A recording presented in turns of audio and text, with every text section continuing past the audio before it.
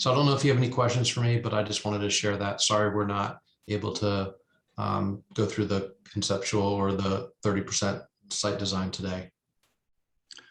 I guess my only question would be, do you expect them to be up to speed by next month? Yeah, I think so. We are working hard to schedule a meeting with them for next week, and they are working towards that time frame as well. So hopefully within another week or two, we should have a clear direction on where things are going with the wave design. Does anyone else have any questions for David? Well, David, I'd put you all on the agenda first so that you could do your thing and then not wade through the rest of the meeting if you don't like to. So, you're welcome to stick around, but if you don't, I certainly understand that as well. Thank you very much. I really appreciate that. I might just listen for a little bit, but I might need to go in a little while, but thank you for that. I appreciate it. And you all have a good meeting, and I'll be seeing you all soon. Okay. Next item is Luke Williams' introduction. And Luke, I'd like to let you speak for yourself, since you can do that far more eloquently than I can. Well, I don't know about that. We had a meeting with you, and you had a lot of information to share. Hey guys, I'm Luke Williams. I guess a little bit of my background. I've been in the area for, I think, more than 12 years now. So moved up here, civil engineer, went to UNC Charlotte, went in the Air Force, got out of that, moved up to Asheville, went into civil design with a small firm up here, and then the economy tanked, and so all that went away. So then I've been at the paper mill in Canton for the past 12 years doing projects, engineering manager, and then I guess special projects, senior projects, however, whatever the title was. I've done 4 landfill installs. I've just finished up an $18 million project to install a piece of equipment. So got a lot of large projects under my belt. And then, I was finishing that up, happened to see the job posting on the web. It's one of those emails that comes in your box and you're just like, oh, let me see what this is. And I described it to Eric and I said, I couldn't write a better job description. So fast forward a little bit and I'm here. I'm really excited to be here. Look forward to getting to meet you guys in person and get this project going. Any Thanks, Luke. questions? Yeah, that's all I was going to ask. Does anybody have any questions for Luke? Okay, the next item on the agenda was, for Luke and for Eric both. I'd like to make sure that we understand what our email and communications protocol is. For example, in the past, we've copied effectively everybody at the town on all of our emails, and it's easy enough for us to do that, but it could also lead to pollution in your inbox. And so I'd just like for you both to clarify for all of us exactly who gets copied on what, what your expectation is, and then that's the way we'll make it. Well, I don't feel like we've been left out of any important discussions here. I think you all have done a really good job of keeping Adrian and I informed. Adrian will be stepping back. She has a lot on her plate otherwise. And so now with Luke on board, he and I will be pretty much joined at the hip on this going forward. So I don't want to step away from the project either. But over time, it's going to change, I think, to the point where he's the primary point of contact. And then I get my updates from him, but I'm participating with you all as well from the committee point of view and staying connected to the project. So I think at this point, the items that you have been copying Adrian and I on, if we follow that same pattern and just include Luke and myself, then between the two of us, we'll be sure that we are communicating and keeping on the same page on this end with you all. Okay, and starting some weeks ago, I was asked to include Ryan as well on those emails. Does that still pertain?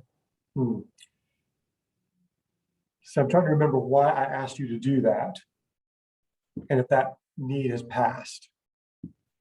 part of Ryan's responsibility. So as it turns out, he's rather skilled in social media and communications and messaging. And so I think to the extent that we keep him informed and in the loop, that's helpful. He will be doing the minutes going forward on a regular basis. He was more ad hoc in the past. We asked him, either Adrian or I would ask him to do that and fill in periodically. He'll be doing that from this point forward. So at this point, let's not necessarily include Ryan unless it's a change to the agenda or what needs to happen as far as what needs to be publicly noticed. Because as clerk, that's part of his responsibility. But the same thing that's messaging, around messaging, especially from the subcommittee on marketing and communications, I know that we've learned to rely on Ryan. And so I think that's been rather fluid, but has worked well. I don't think we've missed anything. So I guess what I'm saying is, if it's around messaging, yes, include Ryan. If it's around management of the agenda or materials for the committee, yes, include Ryan. Otherwise, I don't think that's necessary. Got it. Anybody have any questions about that? Okay. Let's move on to the subcommittee reports. Communications and marketing. Coral, would you like to lead off?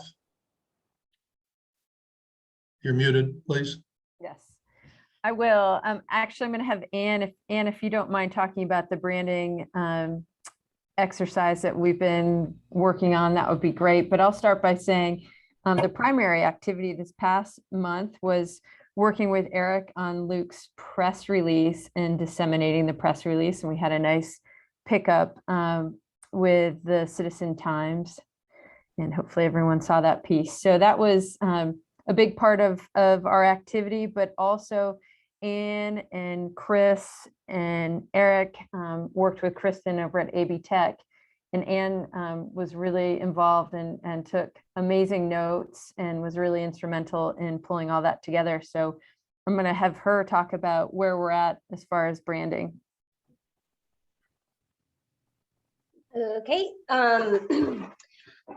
Let's see. We had our first meeting where it was more just a brand discovery, and the glaring takeaway was, what are we and what do we want to be? And then a big need for like a mission, vision, core values, brainstorming official process for Woodfin Parks and Rec. And we did our best with what we vision, but it would be really great, I think, to have something more formal and official happen in the near future. And so Kristen took that, and then the following week we had another smaller meeting where we discussed the visual aspects of successful brands and what we wanted our brand to convey. And she is going to be working on that. I believe she's not going to be presenting anything until the end of the semester, so we're not going to be meeting with her anymore until the end. But she should have the logo finished early November, and then she'll be working on a brochure that Eric requested that is something he could put out in the public during meetings with stakeholders about what is Woodfin Parks and Rec. And so there's going to need to be some more conversation between Eric and me and Kristen on that. And then she'll also be putting together a web banner, or something that could be put on to the Woodfin website, and a paper copy ad that would be announcing the opening of Silverline Park. And both of those are kind of the same thing, but just different formats. And so she'll present all of that at the end of mid-December, and then it's kind of up to us what we want to do with it. We could use it all and move forward, or say, this was a great exercise, glad we could help you do something with your, be a partner for your class. So there's no commitment on our part to accept what she does, but we've so far have been very impressed with her professionalism and vision, and I'm excited to see what she does.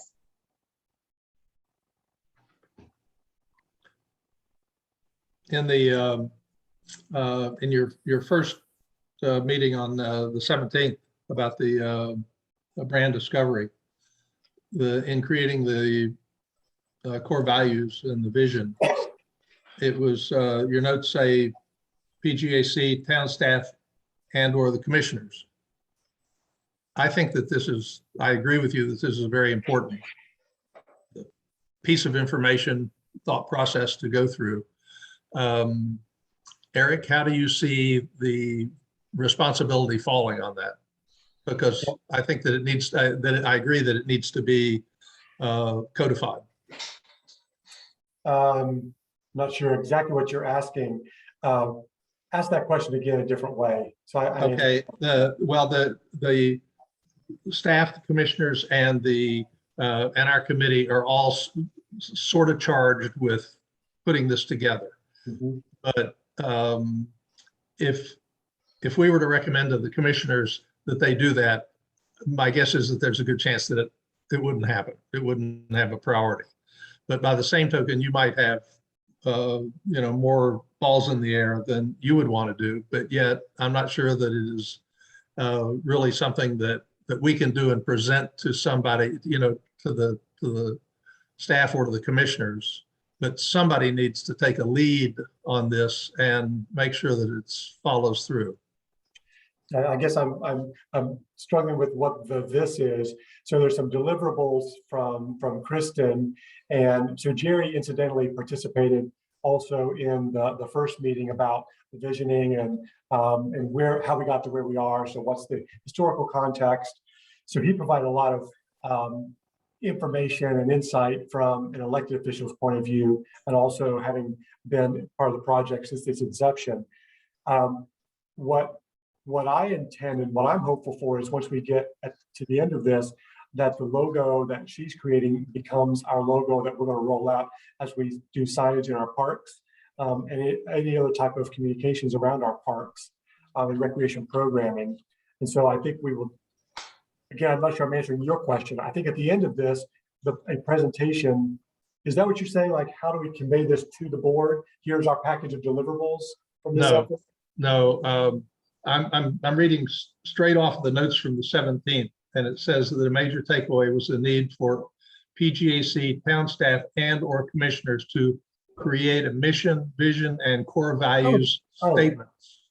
And so that's, I think trying to take the sort of fuzzy values that were developed and put them into a clear statement would be very beneficial to everyone. I understand the question now. I'm sorry, I was going down a different path. Well, as you know, or you may have heard, the town is embarking on a comprehensive planning exercise. We're actually contracting with Gerald and a group that he's working with to help guide us on that, as well as Linda Gill, who some of you have met, too, on community engagement portion of comprehensive planning. Comprehensive planning will be the voice of the community and who are we looking forward. And so in 10, 20 years, what do we aspire to be as a community? There's not necessarily, I don't believe that is a visioning exercise, because a visioning exercise in my world traditionally comes from the elected officials. And it's the voice of the elected officials in like a strategic plan, a strategic planning exercise. So we compare that to how the county just worked through a strategic planning process where we did get to vision and mission.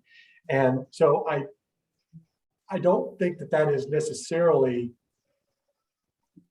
a priority. Well, I don't say that it's not a priority of this advisory committee, but I don't know that it can be informed until we get through into the comprehensive planning exercise. And to that effort, we'll have Adrian with us next time, most likely, to talk about that and how you all can be involved in that process as well. So the town has survived for 50 years without a clearly stated mission for parks and recreation. I don't believe that another 6 months is going to be problematic unless you see that differently. I'm all ears. No, I don't. I was picking up on the statement from the notes, and I agree that all of that is important, and I also agree that it should come from the commissioners. But I've been talking to them about it for 15 years. And of Yep. course, not with the strength of voice that you have. And they indicate, and once again, referring to the notes, that that's an integral part of the, the design process that's going on now. Right. I just wanted to make sure that there was, sort of a period at the end of that sentence instead of a question mark. I understand. I understand. I think we struggled with that, Ann and Coral, when we got to that part of our discussion, we struggled with that because there has not been a clear articulation.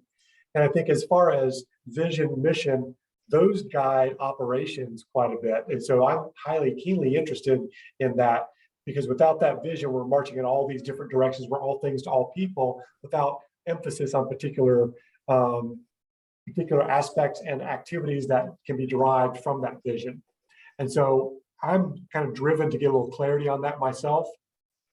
I talked with members of the board earlier this summer about the need for that, but we're in election season, you may have heard. And so what's today's board? Will that be the board currently starting in December? And so I would expect that we're going to get to that sooner rather than later, but it'll be post-election, probably after the beginning of the year at the earliest. Okay, well, I wanted to elaborate the comment on it. And I understand why it is where it is. The other thing that I noted was that there are a couple of deadlines coming up that you all have imposed on yourself or have agreed to. Is there anything that you need, or any way that I can, help, or, do you have any problem with doing those? Copy for the brochure. Due to Kristen 1021, needs specifics from Eric. That's one thing that I'm seeing. The others are, that's the closest deadline. The others are, early November, early mid-November.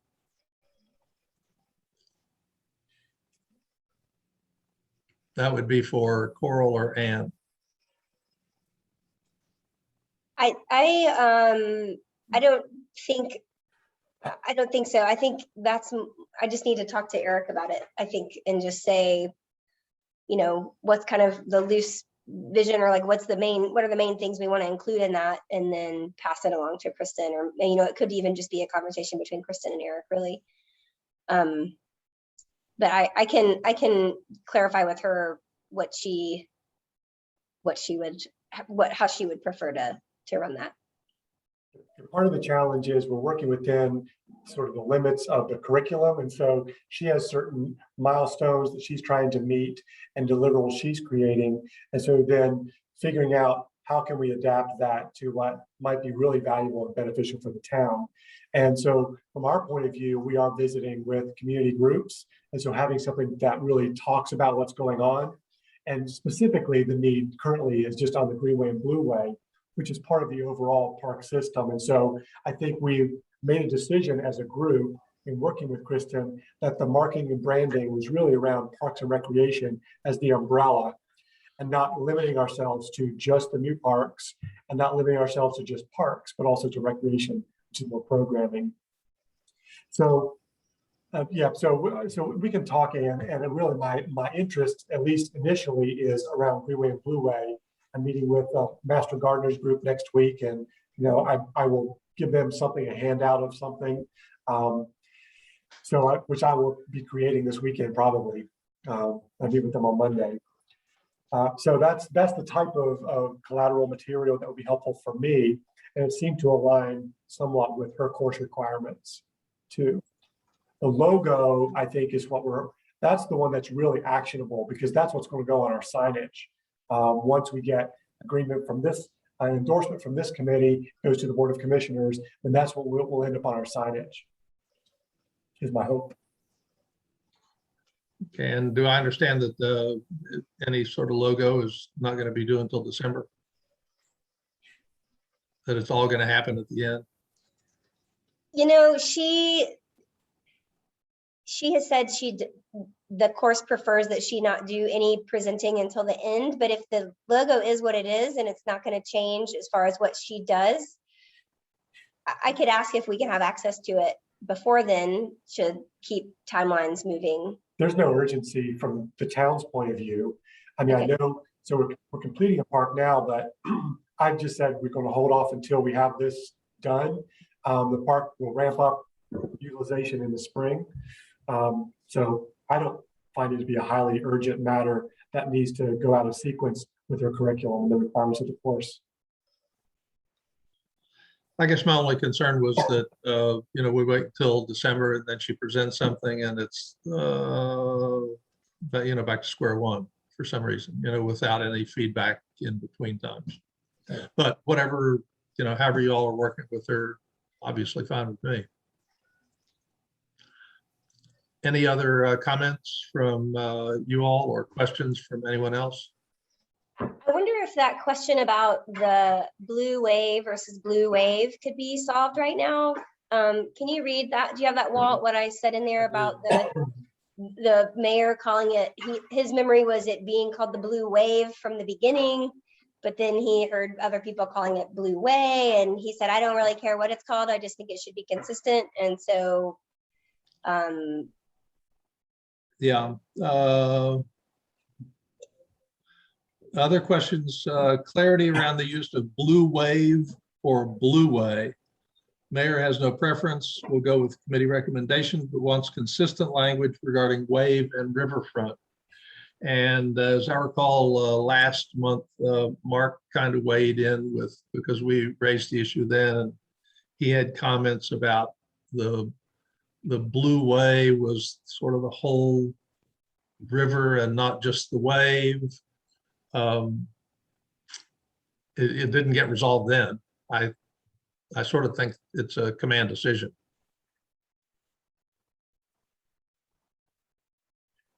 And since no one is jumping in, I'll say that at least from, it seems like blue way and Greenway and blue way sort of go together. But beyond that, I really don't have any, you know, strong opinion. I think what Mark was trying to say was that the blue way was much more than just the wave feature. And if the last time I was down at the river, there was nothing about it that was blue. As far as my recollection historically, it's always been blue way. So that just the comment on any confusion regarding wave versus way, historically, I've always heard it as blue way, from, you know, as far back as I'd say, you know, 2018. Coral put something in the chat feature that water trails, also known as blueways, are marked routes on navigable waterways, rivers, lakes. So I think it's a pretty common language, and just Googling it, there's blueways all over the place. If you want the new guy's opinion, I would say take the word blue out of wave. So then there's no misconception. You have a greenway, blue way, and then you have the wave, which is a function. It's an amenity along that path. I always thought that the wave was just called the wave. There was no blue in front of it. I think you're right, Kennedy. That's been what I've read, and everything that I've read doesn't have blue with wave, but whitewater is with wave. And that's what Chris has put in the chat. Also, whitewater wave, I've seen many references to it as that. Is that consistent with what you recall, Kennedy? Yeah. And the blue way, I recall hearing the phrase back in 2013. So for a long time in the process of planning this project, there was always the idea that the water was going to be just another navigable way of Woodfin's resources. Mm-hmm. it sounds Okay, like, so go ahead. yeah, I blue wave sounds sort of theme parkish, which we're trying to avoid. Also, and I think it would be great to not say that anymore. Stricken. Yeah. Okay, so what I'm seeing and hearing is that it is the blue way, and the wave is a feature of that blue way. That was Chris's comment, which I agree with. Does that clarify it? Yeah. sounds Everybody's good. mind? Everybody Yep. on board with that? Thank you. Is that an actionable item, do you think, Walt? Any action to that? Anything written goes back to the board just for clarification? I guess I have another layer to that too, and that's Silverline Park. I've seen it written as one word. I've seen it written hyphenated as Silverline Plastics. And I don't know if anyone has any knowledge about where that came from or what the proper naming of that is. Since it was as a grant from Silverline, I think that we discussed this at least a little bit several months ago, that we should defer to their spelling, which I believe is with the hyphen and the 2 capital letters. I agree. And that gives them credit for the donation that they made. Very good. Okay, I mean, we could put this to a motion if we need that. We certainly want to reflect this discussion in the notes and what I believe is our consensus decision.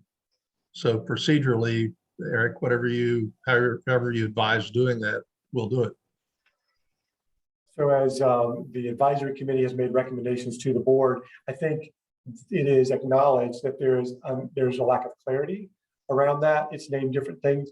All of these names are found in different places, but to formalize that and to agree that it is Greenway and Blueway and that it is either the Wave or Whitewater Wave, I think would be important to do. That standardization really is important as I see it. Okay, could we have a motion concerning naming?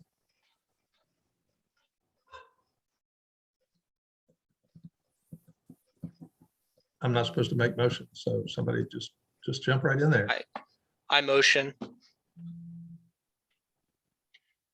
Yeah, well, would you spell out your motion, Kennedy, with the the way that we're going to use the naming? My apologies. Just defer to the company's naming.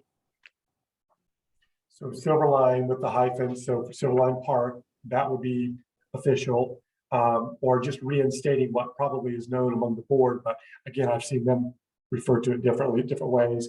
And then the Greenway and Blueway, that is the project, but that's also post-project. Does that live on? But Greenway and Blueway, we've landed on Blueway. Is that part of your motion, Kennedy? Yes, sir.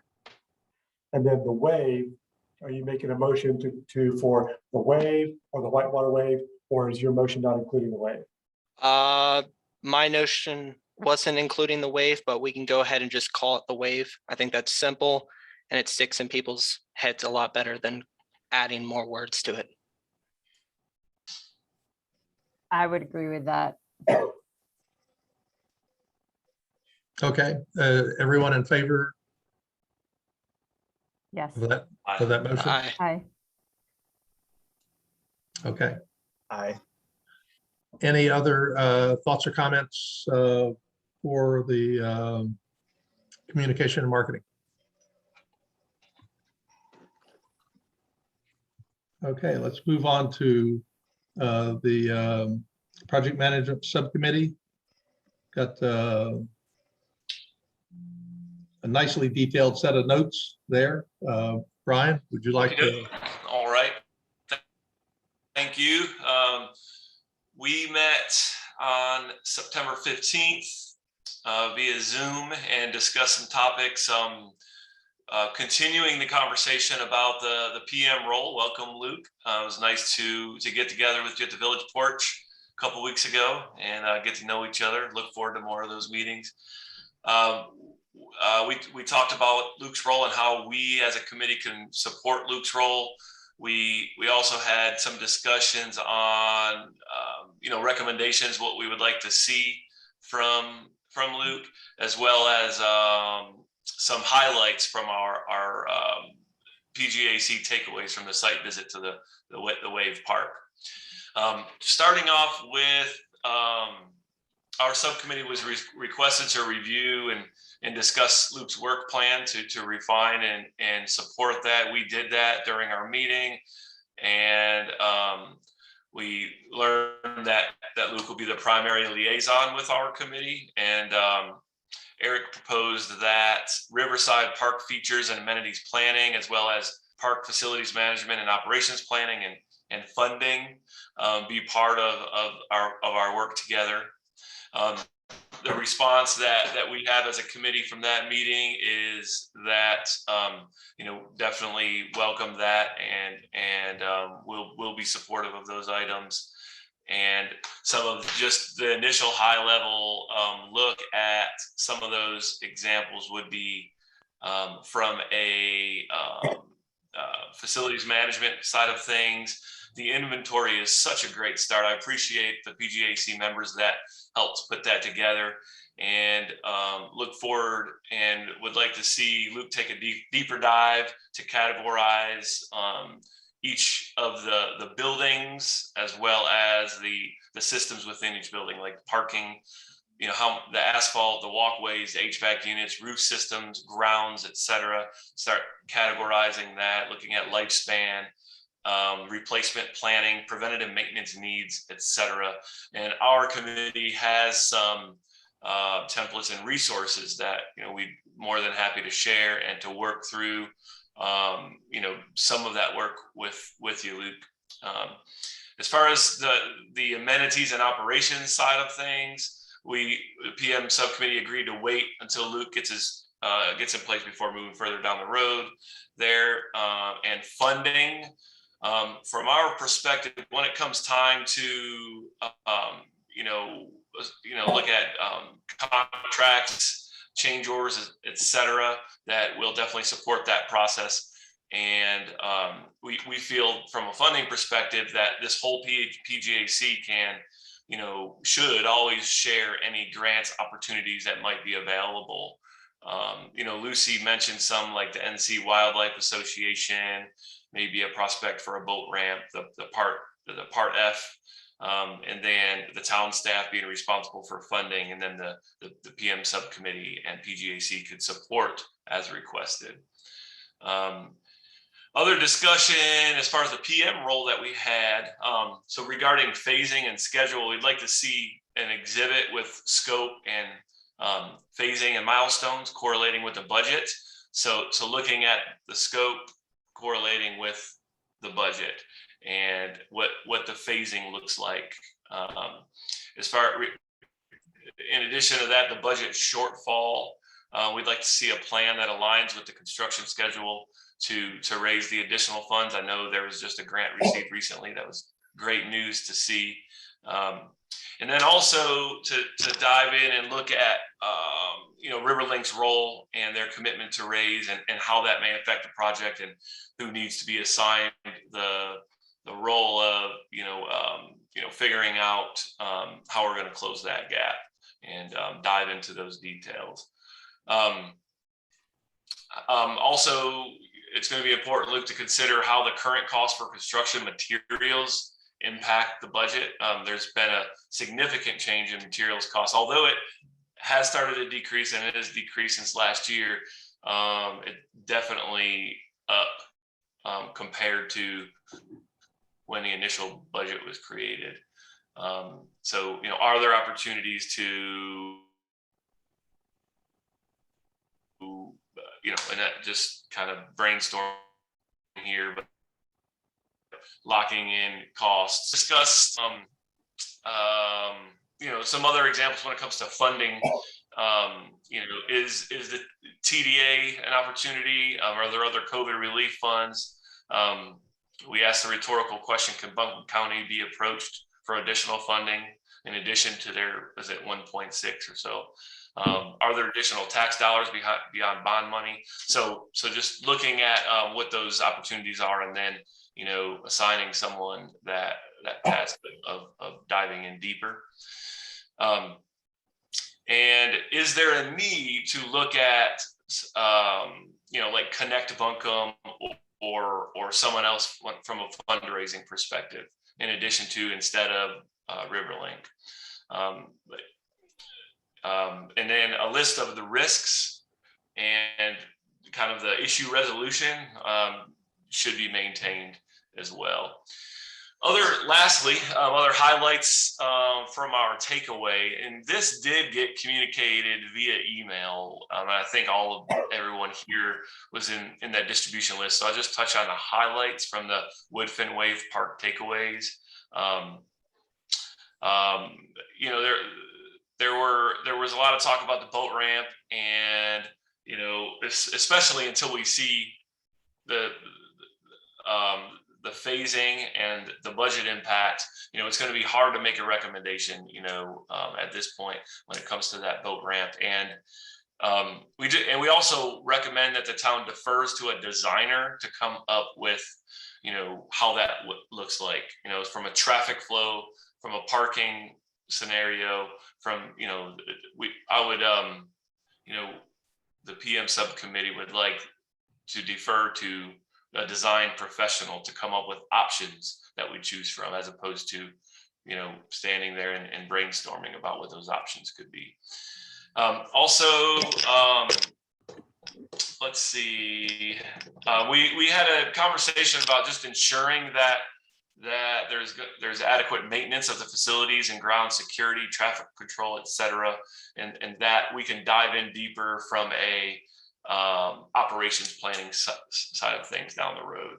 Had a little conversation as far as the skateboard equipment, and realized there's probably other variables why that may be kept, you know, not in a public setting, and we would like to hear from the town on what those variables are, or is it possible to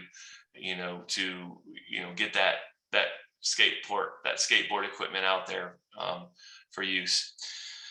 Let's see here. Another highlight is making sure that parking and vehicle traffic should not infringe on the Greenway, even if it's just backing trailers across the Greenway. It definitely introduces potential conflict with walkers and bikers. Let's see. Yeah, that's as far as from a highlight perspective. And if y'all have any questions, let me know. But those are the notes from our last subcommittee meeting. Walt, can you share your bit to follow up on the skate park info? Walt had a nice little document put together. Yeah, what I did was I contacted Debbie Giesentanner and Ronnie Lunsford and spoke with the mayor and talked to Eric about it briefly. And they all had historical context and thoughts on it in general. The mayor recalled that while the time was the skateboards were installed at the Geneva Maney Park during the last year or two of her tenure, which was 2000. She died in 2011, and she was on the council at the time that she died. So it would have been in that time frame. And Jerry wasn't sure exactly how long that they stayed up, but he thinks it was about 2 years.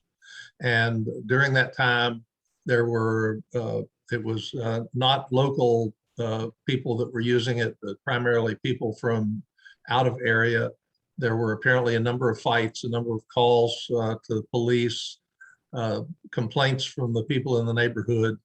Ronnie said that he went back after he and I looked at it with a flashlight and maybe with Johnny, and said that the equipment was not in very good condition, in spite of the fact that it looked to me on initial look sort of in the dark with a small flashlight that it was not in bad condition. Jerry recalled that it had been commercially made and bought and installed. So based on the sort of general negative comments, my thought is, and what I suggest is that we put it down in our parking lot at the bottom of the agenda to look at later on, that we don't take any immediate action on them at this point. But I did put all that information in a file, and it's in our Teams folders.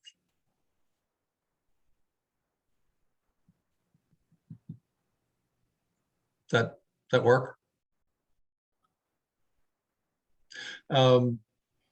Luke, Brian, what do you see as the next steps? Next steps, correlating with with our last subcommittee meeting, is to support Luke. To continue to orient, engage, and when it comes to whether it's furthering along the inventory, progressing into the asset management plan, or it's connecting with Luke and seeing how we can help. Okay, any other thoughts or comments? All right, moving on to the old business. We spent quite a bit of time talking about the parks and a boat ramp, and you've covered that. In the course of those, maybe it was while we were talking down at the shelter during our walkabout, Ann made the comment that it would be awfully nice to preserve the existing Riverside Park in a usable condition until the upper portion the upper portion of the park was completed, new construction. And the more I thought about that, the more in agreement that I was. Mark seemed to be pushing to get the ramp in the phase one. That would leave both parks disturbed should a decision be reached, and I don't think that the decision has been reached. I do agree that we should leave it up to the designers to design. The sort of approach that I took and that I tend to take is to walk out and say, how's it going to fit in here? And that's just because that's the way I think. I think in terms of structures and that sort of thing. And I realize that I should back away from that a little bit, and will. But also, Mark said during the last meeting unequivocally that the ramp was a requirement from the Corps of Engineers. And Eric followed up with a conversation with them about that, and they said that they do not consider it to be a requirement. So it seems to me that it's a nice feature. It would be a very nice feature to have, scaled down substantially from of the 30-foot wide one that we're already installing at Silverline, along with the cofferdam and everything else. I'm not sure how it all fits in there. It seems to me that the issue of if anything is going to be designed into the existing part of the park, does it make sense to do it now? Maybe it does, maybe it doesn't. Like you all to weigh in on that. But it may also be that when the park that is currently under construction is built out, that we will see the existing park completely different. Which would mean that, and I mean both Equinox and ourselves.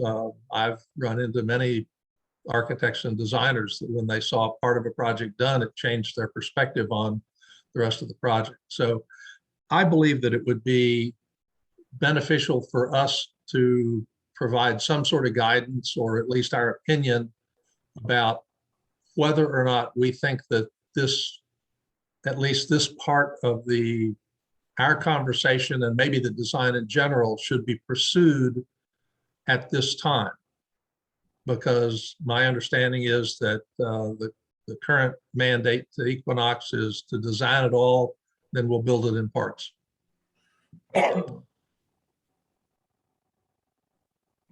Might I suggest something? Yeah.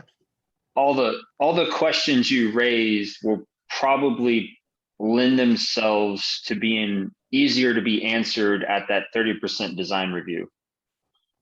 Unless you're trying to change, I think they have the clear marching orders to try to facilitate the ramp and all the aspects that you had discussed. And I think that, to answer two questions, one about the ramp and the other about keeping the lower Silverline Park open, I think once we see what that design is, we'll look at, once we have the design, then we can look at constructability with that goal in mind, to try to leave as much of it open as possible. I like that. That works for me.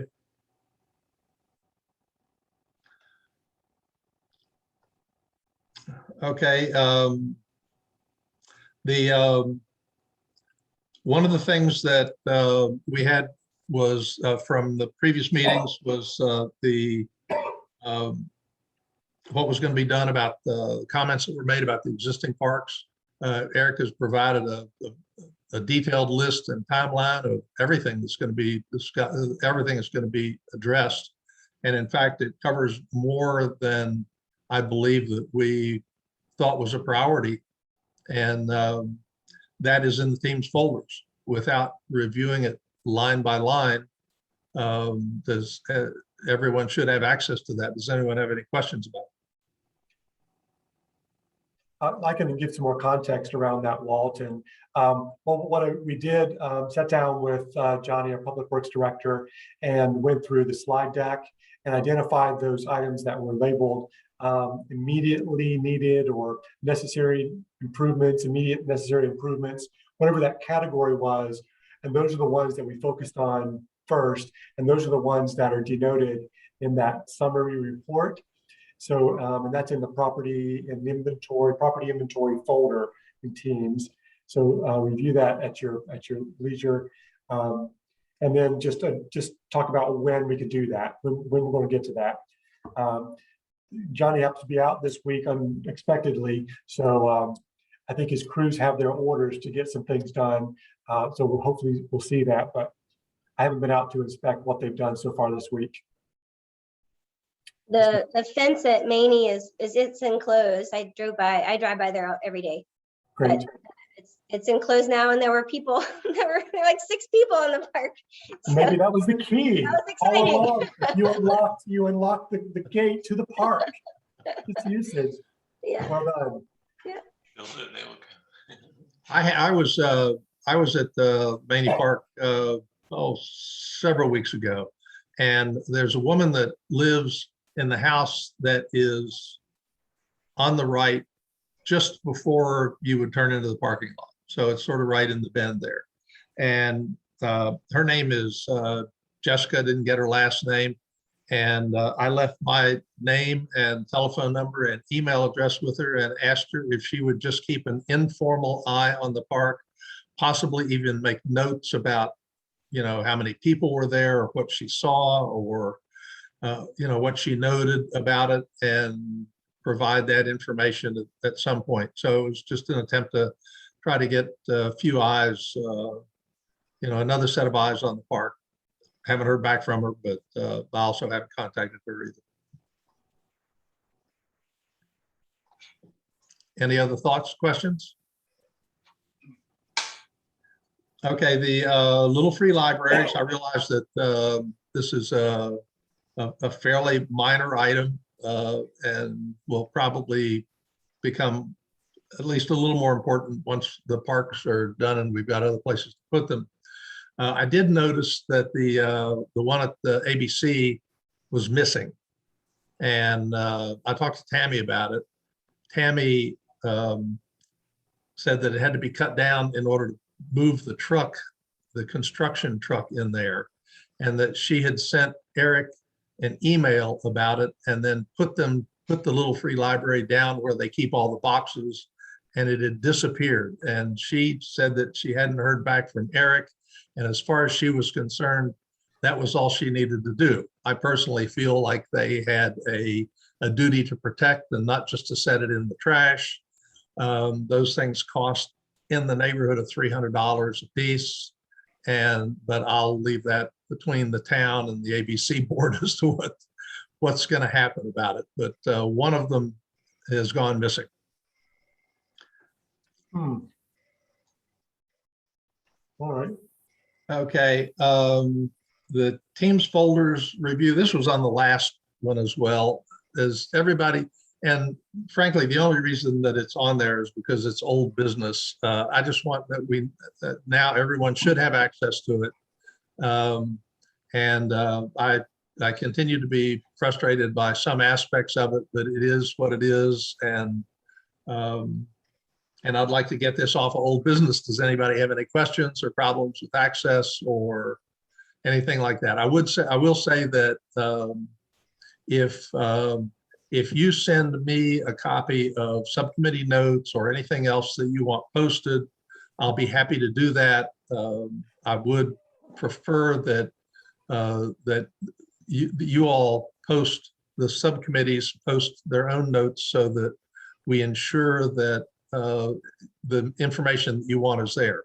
But if it comes to me, I'm happy to put it up. Any questions? I want to say thank you all. I noticed the modified by, it looks like you're definitely helping us stay organized. I appreciate that. If I modified it, the only thing I modified was the name, the naming format, naming protocol. Yeah. Well, even just saving the files and keeping them organized in the right file. So thank you very much for that. Okay, Eric, if we could turn it over to you for project updates. All right.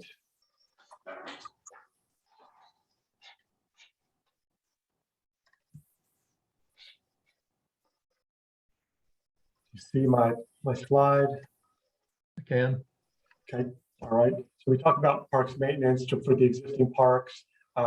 This is just a snip of the memo, which outlines what the commitments are and what we will be doing in response to all of those items that were identified. And then to the right there, that's where you'd find that file. So the title says it all, except Luke. What would you like to add? Luke's been down at the park a lot and spent a lot of time down there. So there's a story here. Sure. Let's see if this will work. Uh-oh, that's right. Can you see me? Can you see me? Yeah, we need to make you full screen. I can see you. All right. I think it was with him sharing. I was trying to use a visual instead of using words, but basically what you're looking at is the cofferdam, which that's not complete. The rock, it's basically a rock dam, and they're waiting on the impervious fabric that they'll place on the inside and then start to dewater that. And that is where the toe of that concrete ramp at Silverline will go into the water. That's one of the things, concrete and water, want to keep that out of the riverway until it's hardened. And then the cofferdam is actually a little bit wider, and that's for they're going to reestablish or support that bank that's there on the right with large boulders to kind of help, stabilize the bank, but also allow for access. We thought that might be helpful just as a visual. We talked about cofferdam at Silverline Park. We've also talked about it. It will be a need to construct a boat ramp, a similar boat ramp at Riverside Park, if that's the direction the town goes in. It's not a recommendation at this point from this committee, nor is there a recommendation at Silverline Park that we move in that direction. I mean, at Riverside Park, excuse me, misspoke. So anyway, just want to give you a visual on that. That you're looking at $250,000. That's just like salt in the wound. Just a general update on the project overall. So made some notes from what we've been working on, what the subcommittees have been working on, and this is information that I also conveyed to the Board of Commissioners at their monthly meetings. And so talking about and working through some of the features and amenities at Riverside Park has been a main thrust of your work recently, as well as the Woodfin Parks and Recreation branding. Riverlink we've talked about, and I think Riverlink also has a capital L in there. Does anyone know if that's true or not? Coral's nodding. So it is a capital L, isn't it? I'm going to double check right now. Okay, all right. And I'll put it in chat. Okay, thank you. I will fix that going forward. Luke and I met with the executive director, one of their board members, and a consultant that River Lake had hired under Garrett Art's tenure to devise and develop a fundraising strategy and platform. And then he and Lisa Raleigh, who's the new director, have been working together now, and they seem to be like the yin and yang of fundraising. They finish each other's sentences. They're on the same page. It was very exciting talking with Lisa. Incredibly encouraged by what she was able to tell us, because you may recall this time last month, there was a question mark as to whether or not it would be to everyone's advantage or in everyone's interest to continue our contractual agreement with River Lake in the same form, with fundraising and communications being the two deliverables or areas of provision service that they offer to the project. I think based on what we're learning from them, they're going to be really well equipped and probably best equipped to take our fundraising and close our gap. And so what I intend to do, and I extended an invitation to Lisa to come and talk with our Board of Commissioners and also to the advisory committee, likely in December. She started mid-September. She's making her rounds, meeting people now, and she'll be talking with some of the, through the network, who are the potential donors in order to build out a donor table, I think is what she calls it. And then from there, it is what is likely, what are these levels of giving likely to be, and then see what that gap is between where that stands, what they already have at least committed, either in trust, like actual dollars, or on paper through agreements, then layer on what they believe they can accomplish, layer in maybe a target that we would go back to TDA for an ask, and all those together ideally will be to fill out, to close that remaining gap on the project. She's very optimistic, and I by nature am a little optimistic too, and don't want to be too overly optimistic, but I do feel good about on the fundraising front. And when she comes back to talk with you all in December, she'll have more information and more specificity to share. Though we did dive pretty deep into the strategy and talking with them. So again, very encouraging on that front. One of the decisions that we actually did make was to amend our agreement and take out communications. Because with many things, with organizations, there's ebbs and flows, and the town now is a little better resource than we have been, or much better resource since Ryan is listening, and Luke is now listening and on board as well. We're better positioned, I think, on the communication side of things, and we're closer to the project too. And so there have been a sort of a communication barrier, no pun intended, in conveying the thoughts and the developments with the park project to River Lake, and then them translating that into text narrative. So I think that we're in better place now to take the communications back in-house. Indeed, our subcommittee is working on some press release template, boilerplate, and some other messaging around the park. So again, I think we're going to be in a better position to run that in-house. And actually, Lisa broached the topic, and I was grateful. So that's sort of an overall general update on the entire project. So for Silverline Park, we just saw the cofferdam in place. The town is in receipt, or will be in receipt, of about $2.1 million from American Rescue Plan Act funds. And so as part of that, an eligible use of those funds would be anything that enhances water quality or preserves water quality. And so we consider that cofferdam to be an eligible expenditure of those funds. And so while it is $250,000, we have identified a source, and you'll see that reflected in the budget that we'll look at in just a moment. Let's see. And the plan, I think Luke covered, was to do the concrete up to the riverbank. He explained it better than I. And then the boulder toe wall, it will be related to that work in the river and the cofferdam and the various turbidity curtains. I learned that, new words. Change orders. So we entered into agreement with Equinox to be the owner's rep, if you will, on construction. And so overseeing that the work is continuing per design. And so we initially, the contract was about $20,000. We're getting about to the end of that. The park is not yet complete. we just bumped that up a comfortable margin. I think we will not spend anywhere near that, and especially now with Luke on board, we will expect to spend less than that overall. But I think for the scale of the park and the project, it's money well spent. For me, it felt like insurance. So that was behind that decision. And then there was additional cost for the most recent permitting that we added in as a change order to minor cost on that.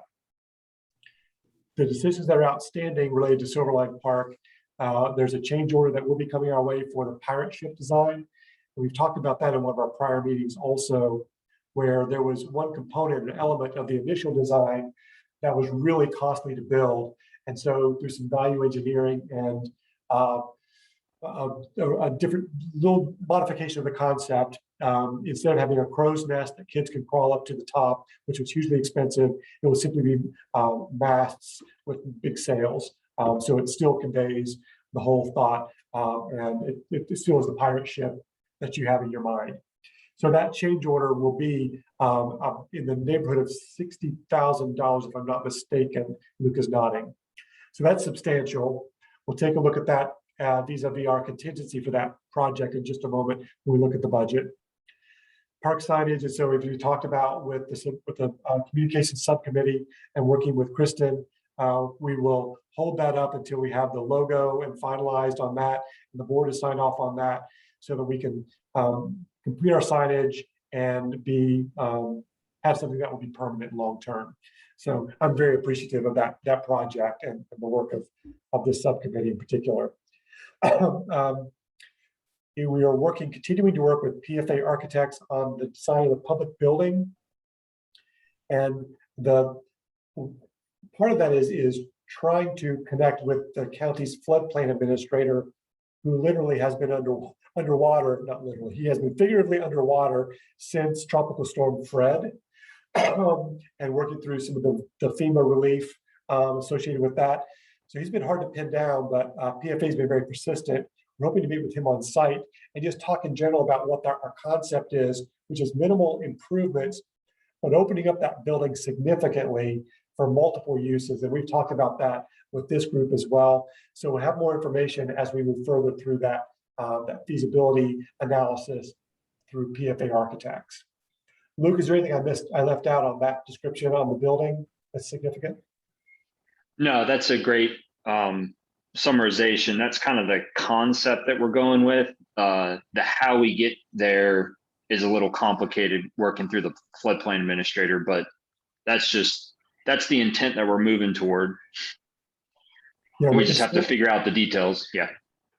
As you all know, we're constrained by the amount. We're constrained in the amount that we can spend to improve that building because it sits in the floodplain. So you can fully flood proof it at a cost that is going to be out of our budget, or you can minimally improve it.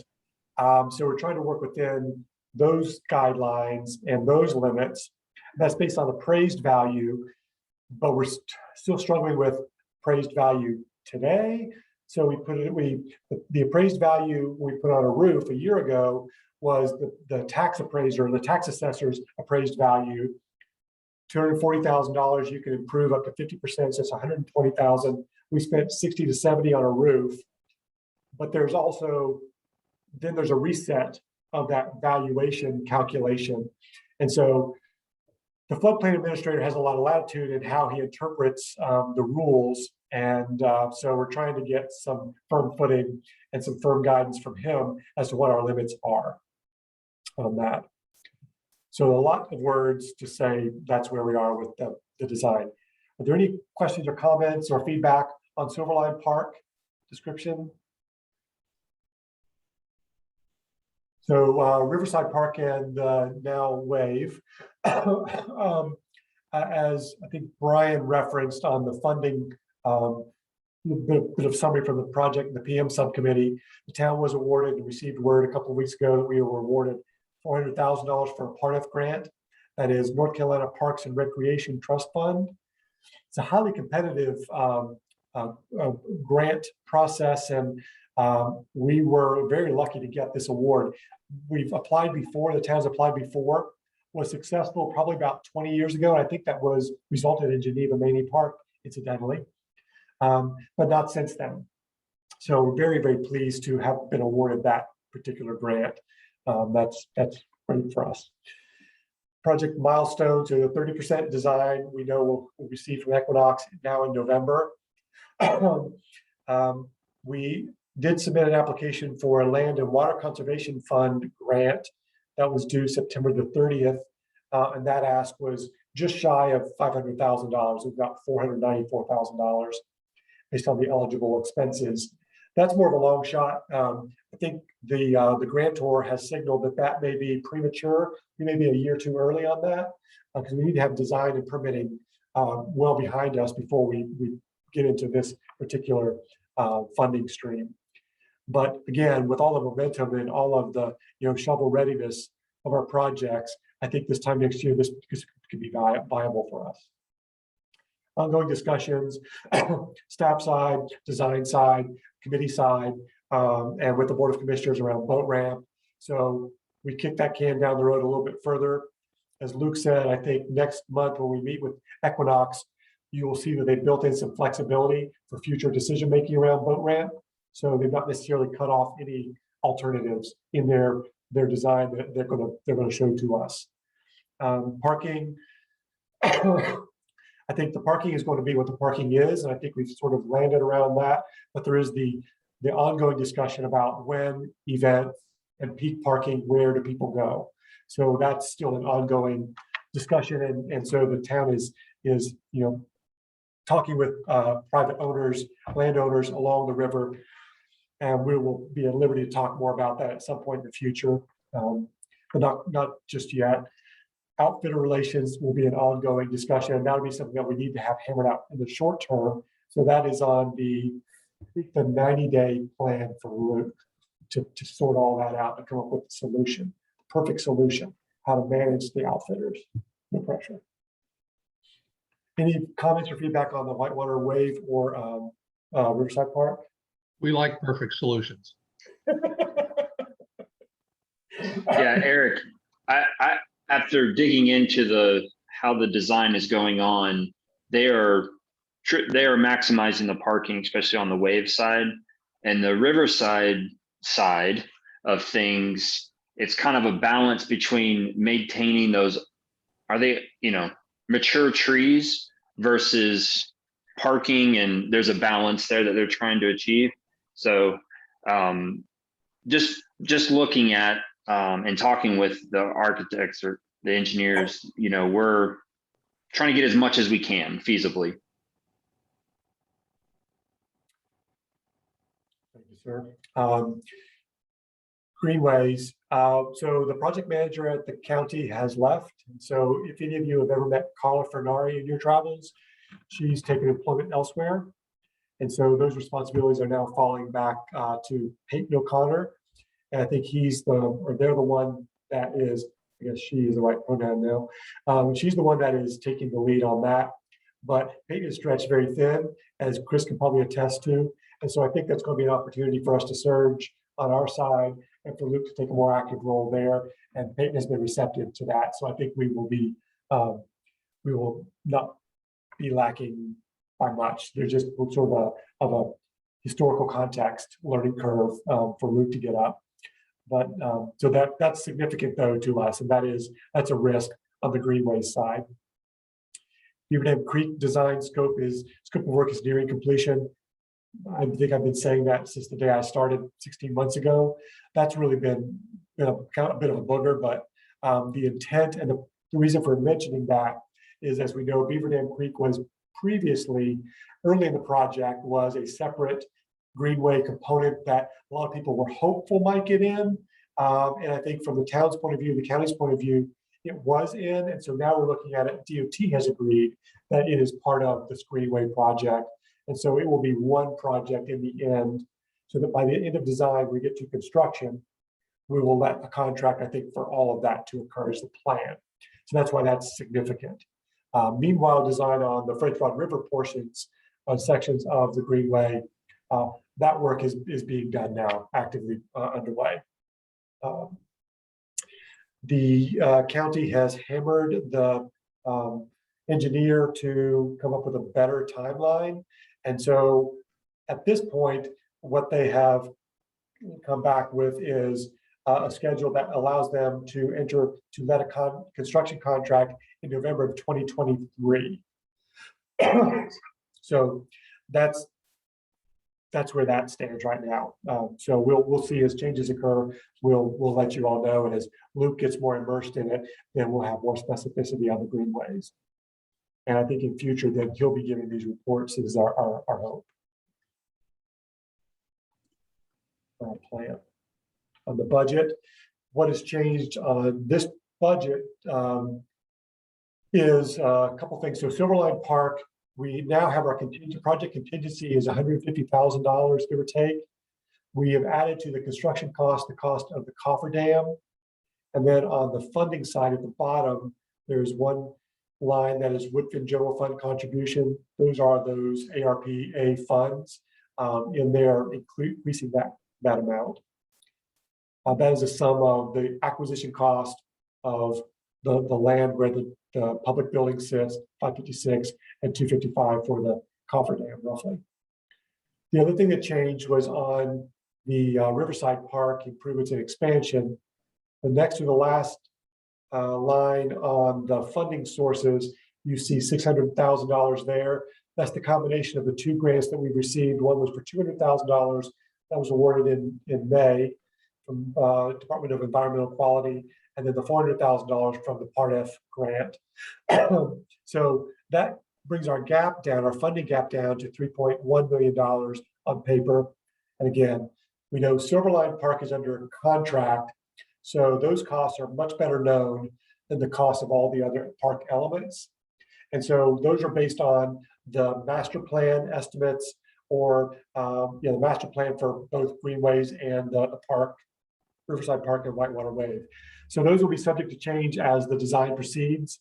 So when we know those, we will update these numbers. You will notice that we have a pretty, I don't know if it's healthy enough, but we have $800,000 in contingency for the Wave and Riverside Park. So if those costs go up in those other categories, then that could help buffer those increases. There's a far more unknowns along the stretch of Greenway. So there's a really hefty contingency there on that portion of this project. So the vice mayor always wants to mention the contingency. We have a healthy contingency, and so the actual cost may not be this much. So I want to be mindful of noting that. And that's all that we have to report. Anybody have any other questions? Thank you. Ann, you're muted.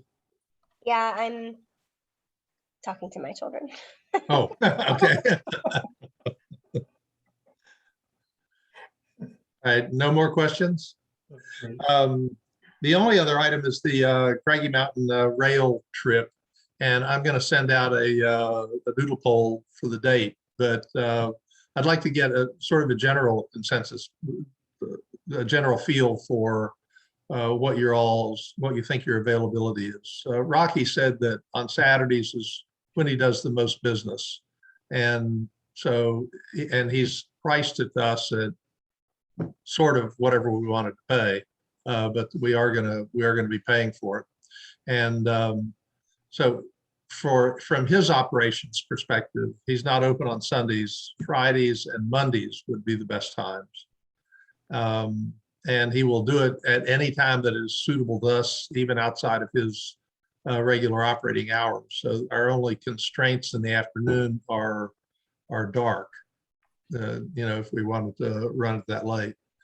But if you all could give me some sort of general, this would work best, then I'll structure the doodle poll around that. I'll start off. If it's Friday or Monday, it would be after 4. Okay.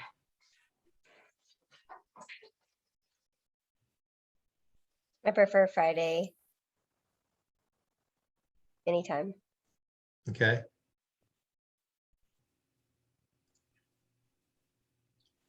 I'm fairly flexible, so either of those would probably work for me.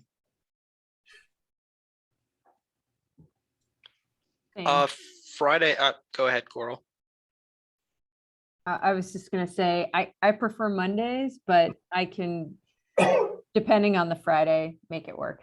I have a little bit of travel coming up, but yeah, just keep me posted and I'll do my best. Okay, if it's all right, I'll set it, I'll set the poll for Friday or Monday at 4 o'clock.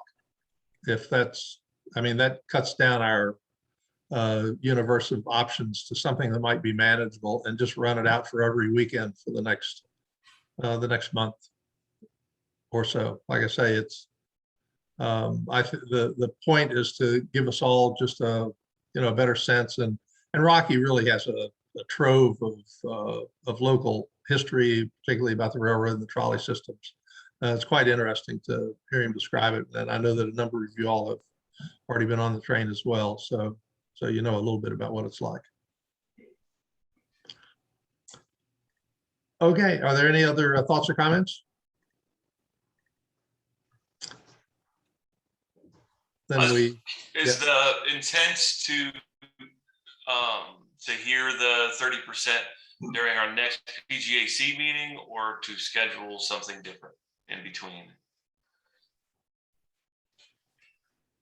So I can answer that question. So where we've left it with Equinox is next regular meeting, not any type of special call. I think that they will have the answers that they need from S2O within a week. And yet they don't believe that 1 month delay in presenting to you all will delay the overall project, because there's other things they'll be working and moving forward in the meantime. So unless you all see that differently, that's the tentative plan. All right, thank you. Just to be clear, if we were to provide feedback from the 30%, then the time between when we would hear it and the commissioners meeting is pretty short. Mm-hmm.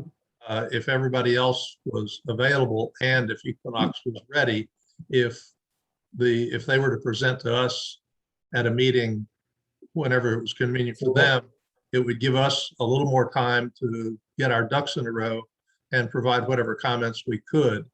That, depending on when that was, it still may not provide enough time, as long as the rest of the committee felt that they could be available for a meeting for that purpose.